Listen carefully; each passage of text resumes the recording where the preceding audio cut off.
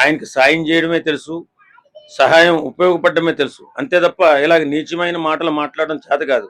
ఇప్పుడు రాజకీయాల్లో మంచి వ్యక్తులు రావాలండి. ఇప్పుడు అక్కడ విజయ ప్రయత్నం చేస్తున్నాడు. వీలైతే సహకరించు, లేకపోతే పడుకో. అంతేగాని వచ్చే రాజకీయ నాయకుల్ని, సాయం చేసేటటువంటి వ్యక్తిత్వం ఉన్న మనుషుల్ని రాజకీయాల్లో రానీయకుండా ఎప్పటినుంచో ప్రయత్నాలు చేస్తున్నారు చాలా మంది. పవన్ కళ్యాణ్ గారు రాజకీయాల్లో రాకూడదని ఎంతమంది ప్రయత్నం చేయలేదు. మిడతల్లా మాడి 11కు పడిపోయాడు జగన్మోహన్ రెడ్డి అనేవాడు. ఎందుకు? పవన్ కళ్యాణ్ కామెంట్ చేసినందువల్ల ఈ రోజు ఆ దీనస్థితి వచ్చింది. లేకపోతే జగన్మోహన్ రెడ్డి ఒక రకంగా మంచి చేశాడు. కానీ తప్పు చేసింది ఏంటంటే పవన్ కళ్యాణ్ విమర్శించడమే. అదే పెద్ద తప్పు. దేవుణ్ణి విమర్శిస్తే ఎప్పటికైనా సరే సర్వనాశనం అయిపోతారనడానికి నిదర్శనం జగన్మోహన్ రెడ్డి. ఎంతో గొప్ప వ్యక్తిత్వం ఉన్నటువంటి పవన్ కళ్యాణ్ని నీచాతి నీచంగా దుర్మార్గంగా తిట్టించి ఈ రోజు దరిద్రమైన స్థితిలోకి వెళ్ళిపోయాడంటే కేవలం పవన్ కళ్యాణ్ గారిని నిందించినందువల్లే. కాబట్టి ఇలాంటి ప్రకాష్ రాజ్ లాంటి వెధవలు కొంతమంది ఇలా సూర్యుడి మీదకేమో ఉమ్ముయ్యాలని చూస్తారు, అది మన మీదకే పడుతుంది.